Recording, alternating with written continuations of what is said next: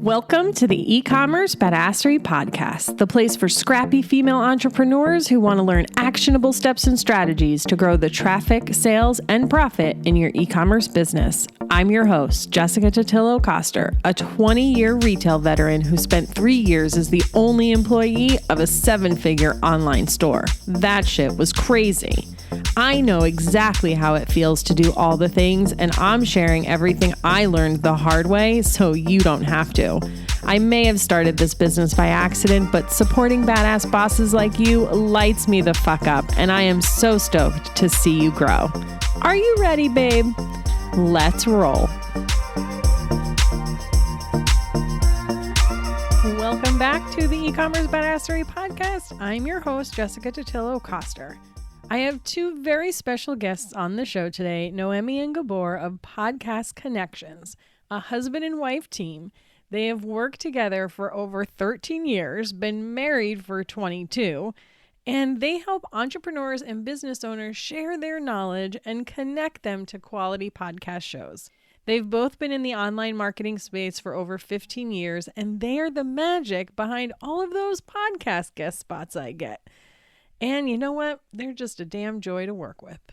Today, we're going to talk all about how you can use podcasts to market your e-commerce business, whether it's by positioning yourself as an expert in your industry or just advertising your products on the shows. We're getting into the nitty-gritty of everything you need to know. Let's hop into the episode.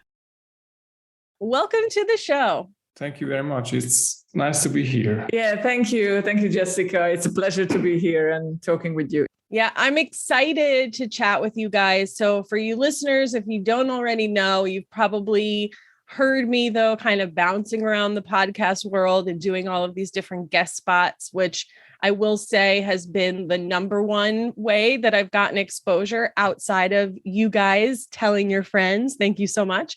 And I have these guys to thank for that. So why don't you give us a quick intro of your business and let us know why you kind of got into this whole podcasting world in the first place? So we are Podcast Connections, our boutique agency, podcast agency, and we started our business to connect people, especially female entrepreneurs like yourself, with quality podcast shows worldwide, and connect people with other speaking opportunities like Facebook Live, Instagram Live, summits.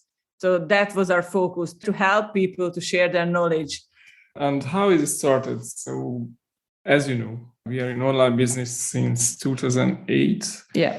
And a couple of years ago, one of my business mentor mentioned about podcasting. And I was like, oh, people need help to get on podcasts, because he does it for about 5 years, I think.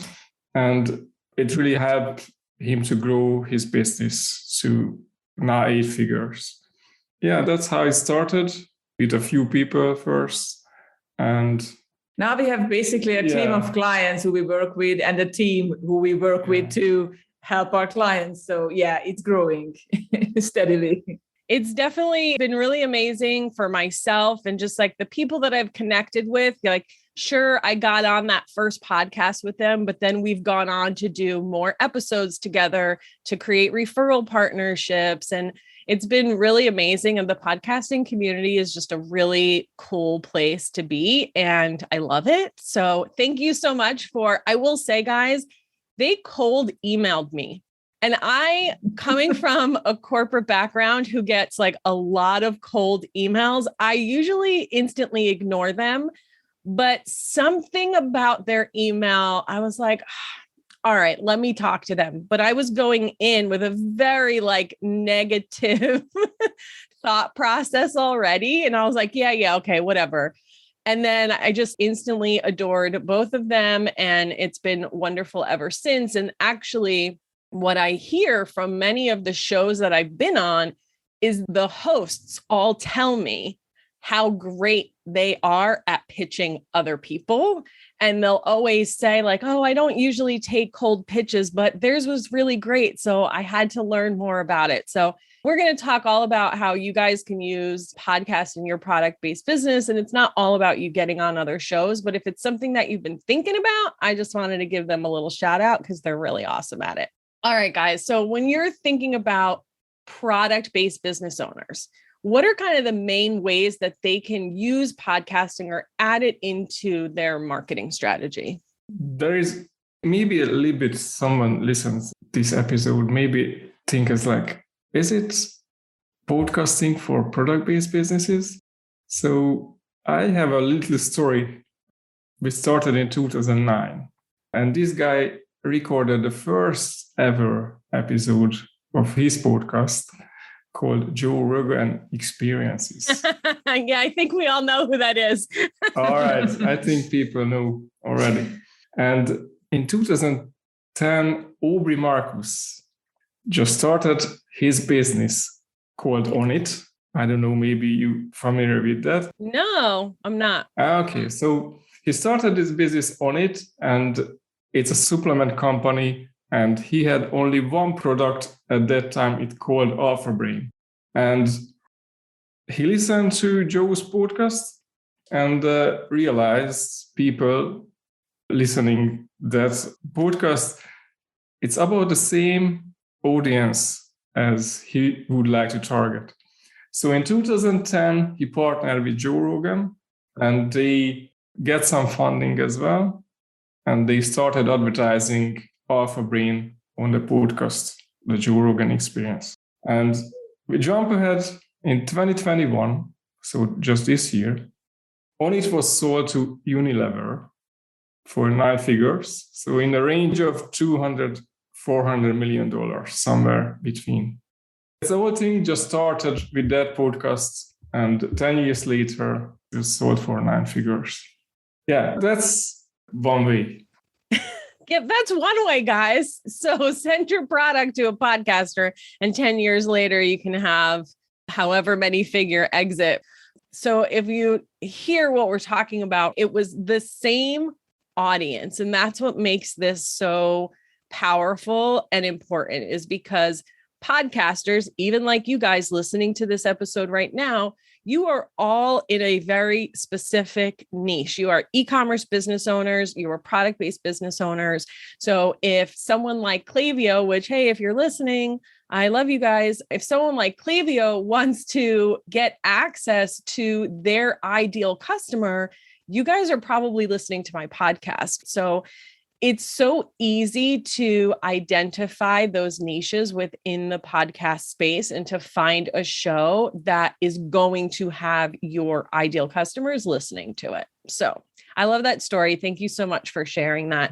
In my previous day job, we looked into podcast partnerships and advertising, and it was very expensive, even for us as a mid-size business. Now, granted, the e-commerce division specifically was small compared to the rest of the business, but we were a little afraid to take that financial jump. So maybe if you're not working with the Joe Rogans of the world, but you find some smaller, more niche shows, do you have any insight into like, what does that cost? What should we be prepared for? Yeah, there is another way you can buy advertising in a podcast, as you mentioned. Usually they selling 3 slots. It's before, a mid-interview, and after. And depends on which one you want to buy. Rates for it, it's approximate. Usually a 25 seconds roll ad will cost 15 CPM. So if a podcast generates like 100,000 listens, that's $1,500 for that ad. A mid-roll goes for like around 30 CPM. And the end of the show ads cost around 10 CPM. So that's about it. That's maybe easier to target smaller ones. So maybe they have like 1,000 listeners per episode. Maybe that's somewhere to start. That sounds kind of cheap, but sometimes these smaller shows will give you a better results. Like, let's say something like, don't try to sponsor Tony Robbins' show. Right. Just for one. So maybe a small content creator will work out cheaper in that case. So somewhere between 15 to 30 CPM is a rate today. I think it's a month ago, so it's still current. how they selling these ad slots in the podcast. Gotcha. So just so you guys know, and you've heard this if you've been listening to my show, I was running my own ads on my episodes for the holiday planning guide and the content bundle. So you have the pre-roll, which comes before the episode, the mid-roll, which just sort of inserts itself in the middle, which of course is the most expensive because it has the best chance of actually being listened to. And then you have the post, which is after the episode. So if you think about when you're listening to a show, right, it's really easy to like fast forward through the beginning and you might cut it off right when they're done with their episode. Whereas that mid-roll one, you're probably just going to let it keep playing, right? As the listener, like, especially if you're driving or running on a treadmill or something like that, like you're not necessarily going to take the time to fast forward through that, which is why that's the most expensive, because it's also the most powerful.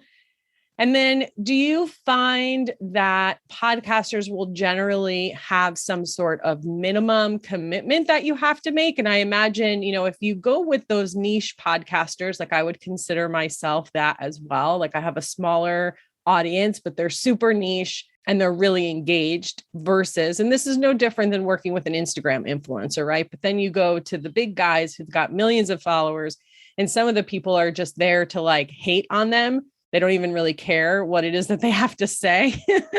So it's not as valuable to work with them. Yeah, that's what we try to tell our clients as well, that if you have a business and it's specific for a niche, so let's try to concentrate on smaller or middle-sized podcasts because it gives you better results than just getting to the big shows. And sometimes people don't believe that, but that's actually true. They focus more on these niche markets and you have your niche listeners, audience. So that's much more important than getting to a big show. And so what happens after that? Basically nothing, I think. So nothing will happen after that. But when in your niche world, that will help your business as well to boost your business and help to build connections, and anything can happen. Just about those, we have one client and we helped her place an ad in the podcast. I think it was for 3 episodes. Sometimes there is a limit. So people want us like, okay, so you need to sponsor like 3, but I know people, they don't put those limits. So you can sponsor like 1 show or advertise on 1 show. But usually because maybe they help you to make the ad, obviously they record it or the host gonna say the ad like Chloe does before the show for Clayville. Yes. eCommerce Master Plan podcast. Yeah. So sometimes because they put some energy and time to record that ad, they want you to run for a certain time, maybe for 3 shows, something like that. Yeah. I don't know if there is longer. So maybe there are some shows requiring like you have to run it for a month or more, but I don't think so. Maybe it's show limit. So just in through like a few episodes. Yeah. And there may be, for those bigger shows, you're going to find financial minimums, like specific dollar amounts that you have to hit.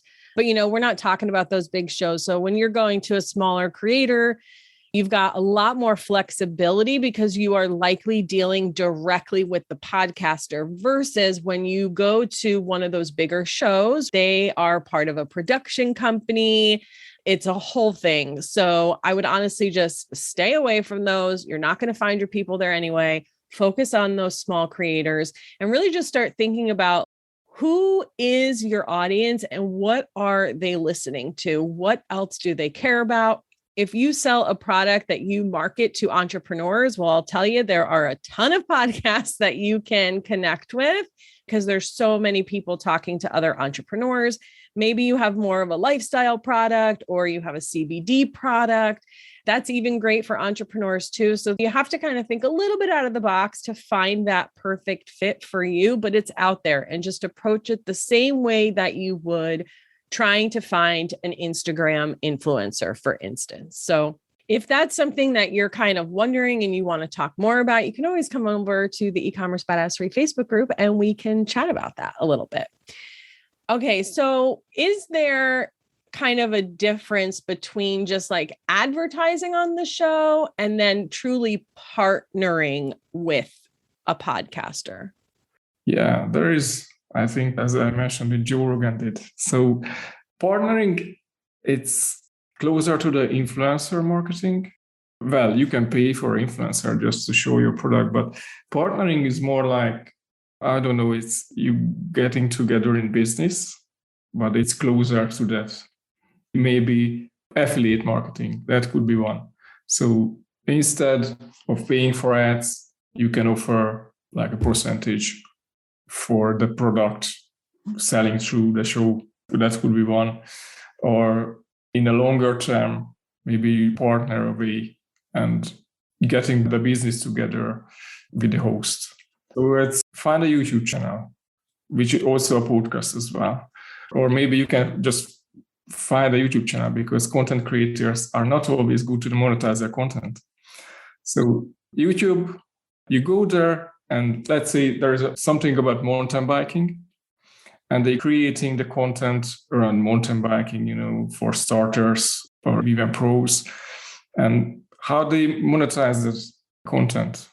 Maybe they put in an ad somewhere in the videos, or they have in the description these affiliate links leading to Amazon, and they're getting like 3% if someone clicks through. Here is my camera I'm using. So I think it's the same way with podcasts. Maybe they have some kind of audience as well. Maybe they have a Facebook group, but they have these podcasts and not monetize at all. They just kind of maybe entertainment, or they try to teach something for their audience. Let's say some example on top of my head. Something like for moms. That could be one. So if you're selling products for moms with babies, that could be one. Yeah, and there are a bunch of podcasts that's actually about 4 months. And moms. Exactly. The audience focus on moms. You can say is like, instead just putting out a link for Amazon and getting 3%, you can use my affiliate link and then pay you 20%, 15%. I don't know what rates are going now, but that could be one way. Yeah, I love that. And you guys listening, I'm going to put links to a couple of other episodes on the eCommerce Badassery podcast for affiliate marketing and influencer marketing for you to listen to if you haven't already, because these ideas all kind of go together, like how to find them, how to approach them, how to build the relationship, etc. So, you want to take those same steps when you are trying to do this in podcasts as well. That's kind of the big difference between working with a smaller, micro, more niche person versus the big guys, right? The big guys are just like straight up a business. They have their production company. You talk to their ad salespeople. They send you a proposal, you sign, and like, that's what happens. When you're talking about these smaller niche people, though, they're really looking at the relationship that they're building with you. They're really looking at it as more of a partnership. Like, I get pitched all the time. I think it's actually really funny. Like, I have all of these platforms and stuff that reach out to me. So I must look like I'm way bigger on the outside than my business really is. But I don't answer the majority of them because you know what? I have the platforms that I know, love, use, and recommend. And I'm not going to just partner with anyone for the sake of partnering with them. And that's generally the way smaller creators work. So it takes a little bit more work to find the right people, but it has a better ROI in the end. So don't be afraid of that little extra work up in the beginning. Maybe we can use this content. So if you find someone on YouTube and it's like a mountain bike example, really, they have no clue how to monetize the content. So if you find them and let's say, hey, I help you to build an audience, build an email list and launch a product for those people, that could be a really good way to maybe launch a new product or start even a product brand with these content creators in a longer term. Yeah, even doing a collaboration with them as well. Yes. And that gives you access to their audience. It gives them something to promote. You can split the sales with them. It gets their name attached to it. So it's a really great way to just get yourself in front of other people. And serve them and help them too. And now you're creating such a deep relationship with them that they're just going to want to continue to support your business because you're the one that sort of helped them put this all together, because maybe it's something that they weren't thinking of on their own. So that's super cool. I love that. Obviously, you guys pitch me to other podcasts. You get me guest spots on other podcasts. So how can product-based business owners do that too? Is it even worth it for them to be a guest on other podcasts? What have you kind of seen? Sure. That's another way. Just appear on other people's podcasts and help their audience with some way. So don't sell a product. So when a product-based entrepreneur goes on a podcast as a guest, it's not to sell a product. It's have a story to tell, add some kind of value to the market, to the audience, or teach them something. So that's the way we see it works best. And it works for, as you know, for the host as well. Yeah. As a host who is coming up with content ideas every single week so that I can be consistent, in the beginning, I did all solo episodes because just like the thought of having to coordinate guests was like so overwhelming. But now that I'm kind of in the groove, like having guests is great because I get to talk to someone new. We get to hear new perspectives. They bring value, but I don't have to create the content all by myself. So I will tell you, podcast hosts definitely are excited to have guests to fill up their content calendar. And it's just like when I talk to you guys about creating blog content for your website or content for social media. It's not just, hey, here's my product, buy my product, but what are those other things, those other ideas, those other problems that your potential customer has related to your product? And how can you educate them, become the expert in your area? I always use the CBD example when I'm talking about this because I just feel like it's an easy one for everyone to wrap their head around. So this is where you can go and just start talking about whatever the problem your marketing says your product does. So is it about getting better sleep? Is it about overcoming anxiety? Is it about pain? So whichever thing you lead with in your marketing, go start talking about that. And then your product is just one of the ways that people can overcome it. Just like you would write a blog post, just like you would create a PDF download, right? I tell you guys this all of the time. So you're giving them 10 ways to get better sleep. And one of those ways is to use your CBD product. I know a lot of times if you sell apparel or accessories, you get a little hung up on this because you're not really sure how to educate around your product. So an idea for you guys, if you wanted to go around to podcasts, maybe you're targeting entrepreneurs who work from home. And I right now am still in my pajamas. But one of the things that you can talk about is how important how you feel is to your overall productivity. And so you can talk to people about how we should still be getting up and getting dressed every single day, even though we're sitting on our butts at home working. That's something I did many years ago as a stylist. It was a conversation that I was having all the time. There's actually studies that this is true. So there's always a way that you can educate and talk about your product to sell it without being salesy. If you need help with that, you know where to find me. But yeah, what do you guys think about that? Yeah, it's a good example. Your guest on episode 47, Christy Sumer. Yes. So Christy sells comfy fashion.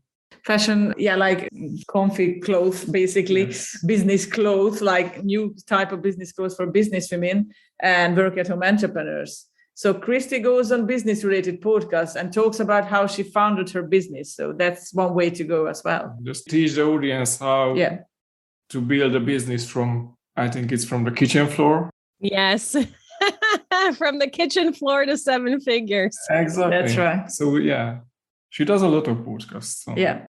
Yeah, that's a great episode, by the way, guys. If you haven't already listened to it, it's so funny because I think you guys pitched me to her podcast, not realizing that we already knew each other and had worked together. Yeah. And so I didn't know she had a podcast. She didn't know that I had a podcast. So it was great to connect with her in that way.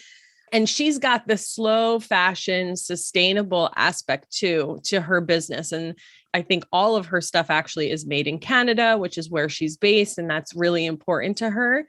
And that's something else that she can go and talk about to the podcasts of people who care about that, because there is literally like a niche and I think a podcast for every subset of people out there. Like you can find your people. You just need to find the angle.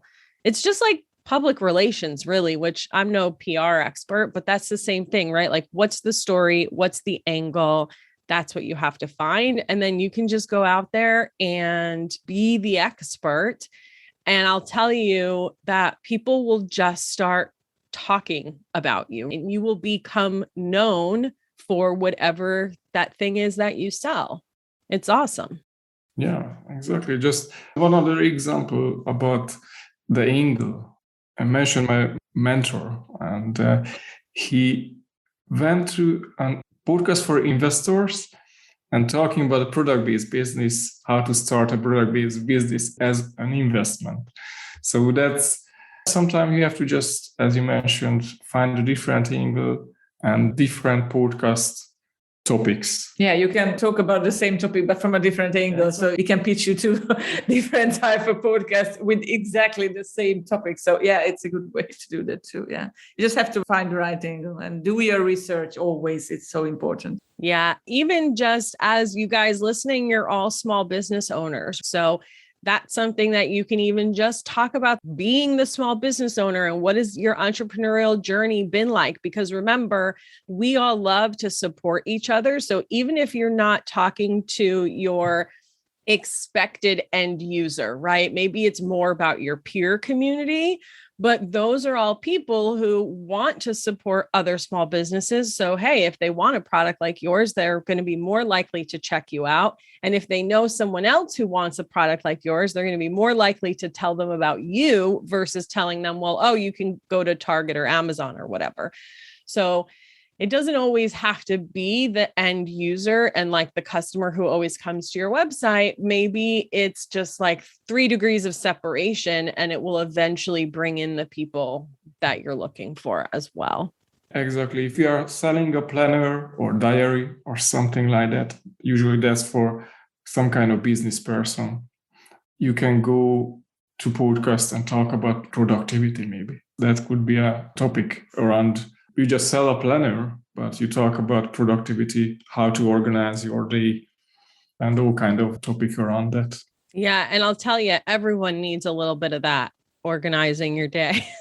Oh, yes. Oh, yes. That's so true. I mean, like organizing podcast interviews, like, yeah, that's the same. It seems very like easy from the outside. That's what we tell our clients, but it is not. You guys do it with such grace, though, especially when they have a client like me who my schedule's a little bananas and it's like always moving and changing. Oh, you're okay. You're okay. We have other clients too. Sometimes they have to follow up with me a couple of times before I answer because I'm like, I just don't know. Do I have the brain space to do it right now? So it's a journey for sure, but I think it's super powerful. It's definitely been powerful for me. And, you know, just the other day, I recorded an episode and the host is like, you know what, I really loved our conversation. Like, let's connect after this. Let's see, maybe who can I introduce you to? Maybe I've had some other people on my show that could be a great client for you. So you just don't know who you're going to meet or how it's all going to bring things together. So it's definitely worth a shot for sure.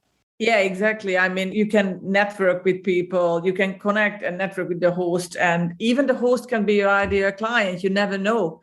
And you can build the authority, lead generation, get it traffic, build backlinks, build your brand. So there's so many options with just one single podcast interview that you don't know where you're going to end up. Yeah, and also it's visibility. That's true. That's yeah. Another one. And don't forget, when you go on other people's platform, you create content. That's right. Is a never-ending job for a business. Creating content, yeah. As you know. And you can reuse that content, obviously, if the host is okay with it. Yeah, So on social media, and it many times, and not only one single time, but from different angles, different times, and you can revisit it a month later and post it again. So it's endless possibilities. And it's a consistency. The consistency, it's one of the key things with the podcast guesting. In other area in the business, it's the same thing. So we just reach out.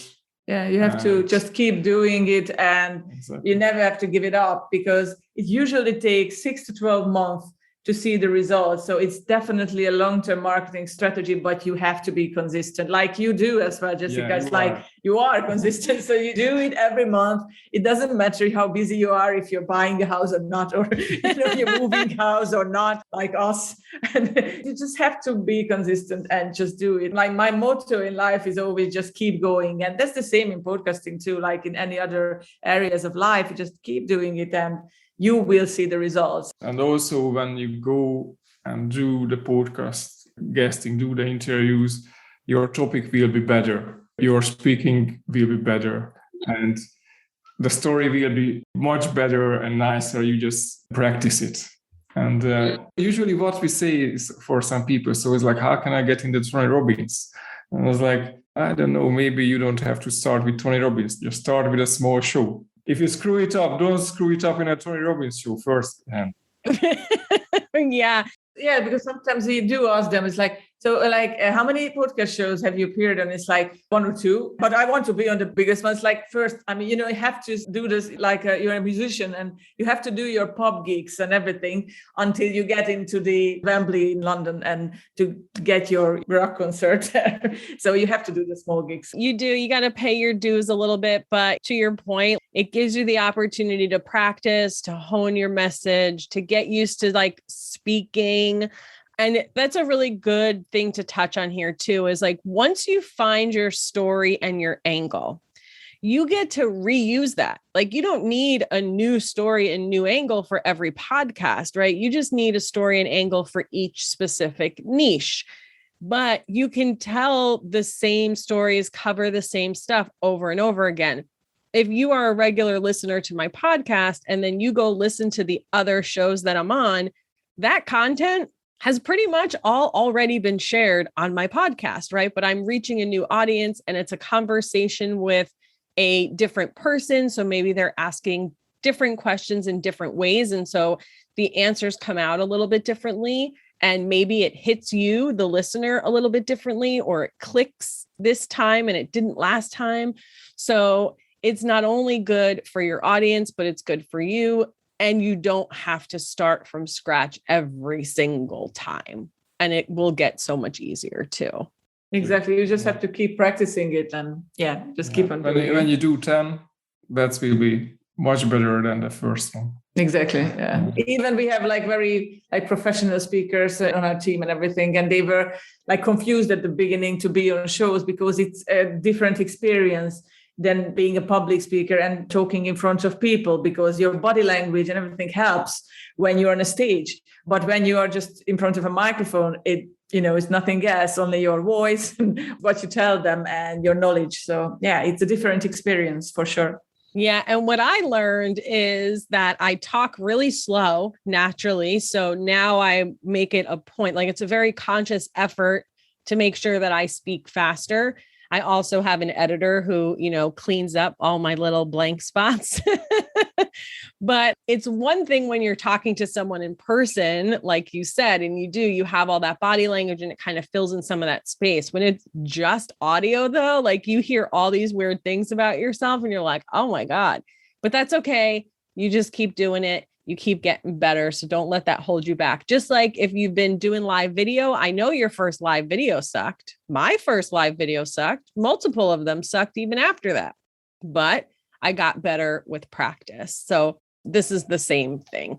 So I don't want that to kind of like scare you away or keep you from doing it at all. And over time, there is an option to make better topics and see what works. Maybe which one the audience responding better, like getting more leads from the podcast. You can change them and be more specific or more interesting or more exciting topics. as we mentioned before, we love your topics, Jessica. Yes. Your topics are great. Rock.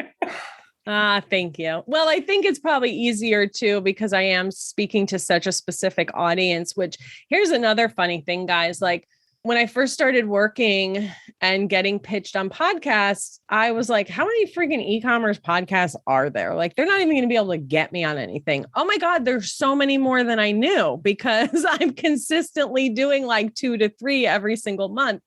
And it's amazing what is out there. And what's really crazy is the podcasting space is really still in its infancy, and it's still pretty small. Obviously, there's new podcasts popping up all the time, but so many people start and don't continue because it is a long-term play. And so the ones who stick around really do have these strong, engaged audiences who tune in every single week. And think about how you consume podcasts. If your customer is out there doing the same thing, it's a really great place to reach them. I don't want to be not updated, but it's around 1 million podcasts out there. Yeah, or a little more. So it's around maybe a little bit less, a little bit more, but it's around 1 million live podcasts producing episodes, at least twice a month. I think that's the way they count. Although there are a lot of podcasts that actually stops as well. Like what we notice is many podcast shows that they stop after like 6, 7, 8 episodes and they just done. I think the number is 7. 7, yeah, the magic number, yeah. When they drop everything and just stop doing it. So if you committed, anyone listening, committed to go to a podcast, being a podcast guest, don't give up on the 7th. Right? So on the first one, it's not working, because sometimes we get that they just want to do one and see how and does see it how work. See the results, what's going to happen, how many clients I'm going to get out of it, how many business I'm going to get out of it. If you're lucky, you may get something out of it, but well, yes, we have clients who had like the first 2 podcasts get sales for like they got sales for them. Yeah, I think the service is 1,000. So the first 2 podcasts produced straight away. It was live stream on YouTube, and after the episode finished, she got a sale. Yeah, but it always depends on the show as well. Yeah, you just can't go into it like with that intention, right? It has to be about serving, giving value, making connections, networking, and all of that other stuff will follow. Yeah, that's so true. Yeah. So real quick, I want to kind of talk about, let's say they're listening and they're like, yeah, you know what? I want to be a podcast guest. Like, how do they even get started? How do they contact people? Any tips and tricks you can give us for pitching? Because I know you guys are so good at it. Thank you, Jessica. Thank you. Hey, that's just the feedback that the hosts keep giving me. So, it must be true. One thing I can say is, make sure you are really clear about the value you can bring and how it's going to help their audience. Because I'll tell you, some of the pitches I get for my podcast, I'm like, have you even listened to an episode? Have you even looked at the name? Like, it says e-commerce in the name. And they pitch me like the most irrelevant guests. And it's so frustrating. So definitely don't do that. But what else can you tell the audience? Yeah, well, the reach out email should stand out. It shouldn't be like a generic one that you're sending to everyone. Do your research about the host, do your research about the show, and just listen to a couple of episodes, at least to have the hang of it and feel the vibe of it, or just know something about it. Because as we had a couple of conversations with other hosts as well, and they said, when a yoga instructor sending a pitch to an e-commerce podcast, it's like, why? You just don't get it. And just read it, because it can be annoying and it's bad for the podcast business as well, because they're not going to read your emails because, it's another cold email. And I just so fed up with them, because there's some people just using it for the wrong reason and they just don't pay attention, what you do. And just do your research. And that's the most important thing. And try to craft a good reach out email that not too short, not too long, on to the point, and just focuses on the host and on the show and not about yourself, because You can send out an email. It's like, hey, I wrote this good book and just invite me on your podcast. It's like, yeah. And you get like 50 of those like every day. So you have to stand out somehow and you have to serve the show and the host. It's not all about yourself, but to serve other people as well. Yeah, I would say lead with value. So yes. In somewhere, how can you give value to the listeners? So what can you bring to the show? That's one of the most important. And what we usually try to do, if there is a topic in a podcast which kind of similar to our clients, we try to connect on that one. So, hey, you talk about this, and I think it would be a good addition to talk about this and something like that. So you just connect the topics and connect the different. And we had a coaching call with a host. That's interesting about how to email. And we were coaching him. He sent over some examples. And don't put too many information in just one email, because people focus on just a couple of things in your email. So if it's going to be too long and too detailed and too much information, they're not going to pay attention. So you're going to lose them after like very complicated sentences and they're not going to read it. They don't have time. Don't use too much we, me, our. So that's a typical, just like a sales letter thing. It should be you, more you. More you. Yes. So how can I help you? Yeah. Just like I always say, right? Our businesses are not about us. They're about the people that we serve. And so this is the same thing when you're reaching out to, and look, what we're talking about now, this is the same if you're reaching out to an Instagram influencer or a podcast host, because it's really about their audience and how you can help them better serve their audience. And one other thing I wanted to touch on too, is you mentioned using kind of some similar things that they've talked about and how you can kind of add value onto that, right? Because they kind of go together, but make sure that they're complementary and it's not a repeat. Because I had someone reach out to me. They wanted to talk about a topic that I had literally just published 2 weeks before. And I'm like, well, I'm not going to talk about that again right now, but that's something maybe you just take a note of them, create yourself a little spreadsheet, keep track of who you reach out to, and just make yourself a note that you want to go back and, talk to those people again, maybe in 6 months when you can bring kind of a fresh perspective to it as well.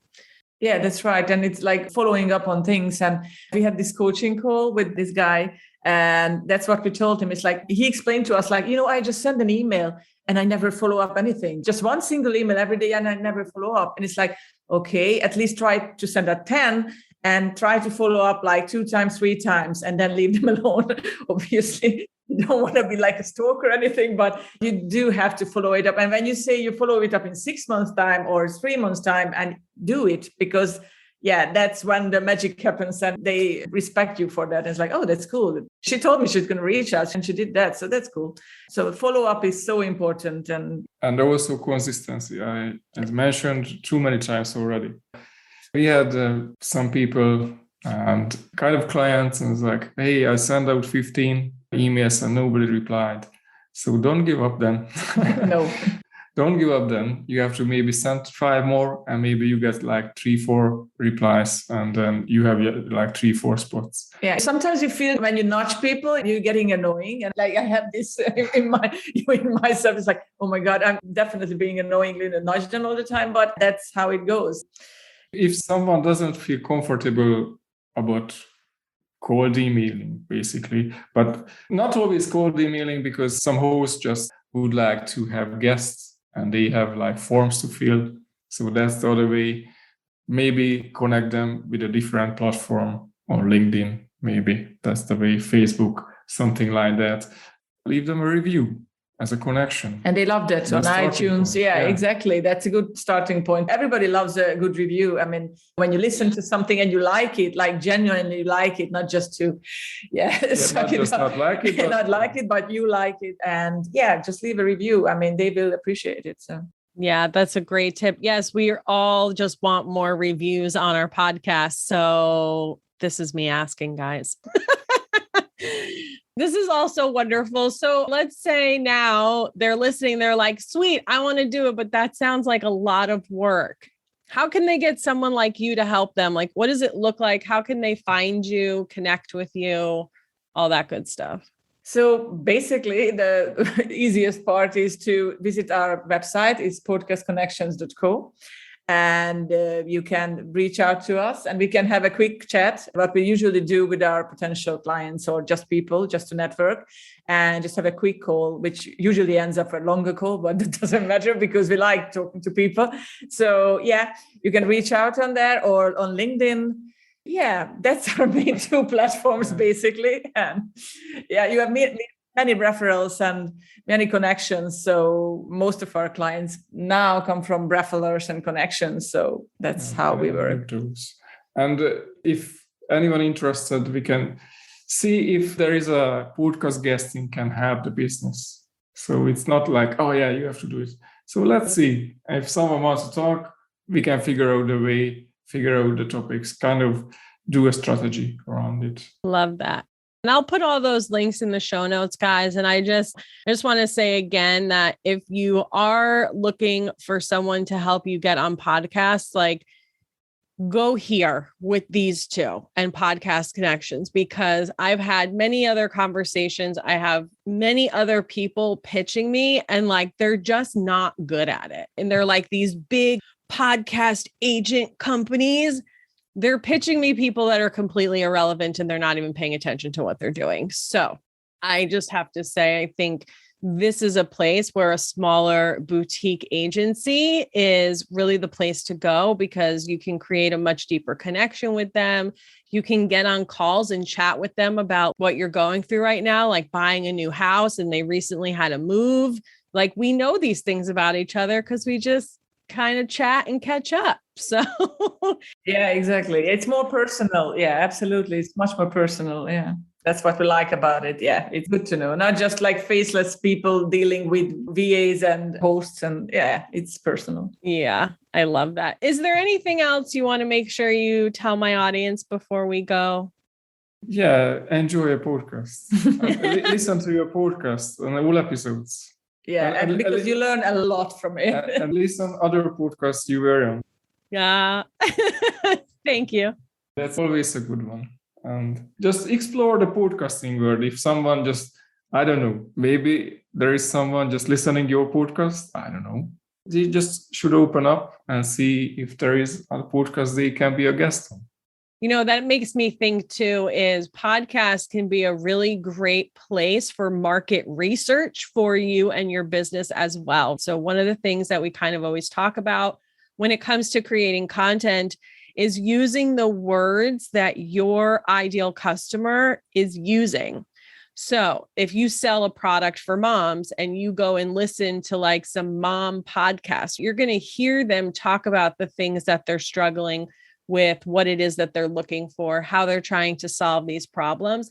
So it's also an amazing place for you to do market research and figure out like, what is your audience struggling with? What do they need from you? What can you speak to? What type of content can you create? And you can use that as inspiration while you're researching podcasts to be on. So it's really a win-win. And you're going to like learn some stuff along the way. So you can't really go wrong.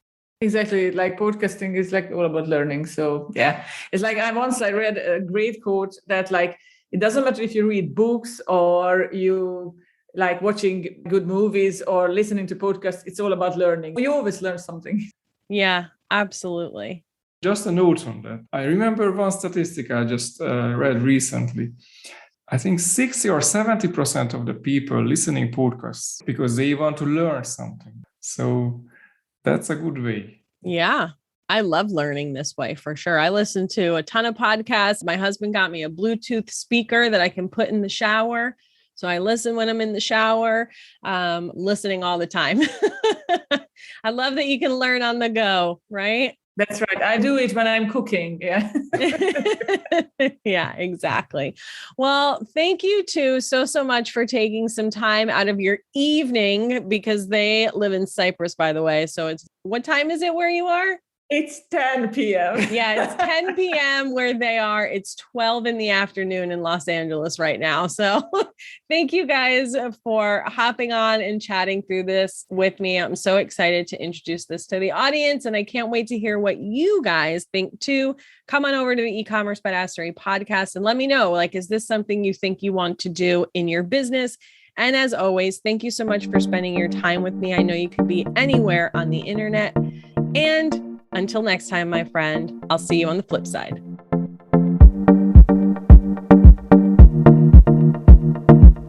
Thank you so much for listening to today's episode. If you like what you heard, I'd be so grateful if you'd leave a review on Apple Podcasts, and don't forget to subscribe so you never miss an episode. And if you're looking to surround yourself with more product entrepreneurs who totally get your life right now, get your booty on over to the eCommerce Badassery Facebook group. Can't wait to see you there. Until next time, e-commerce friends, stay badass.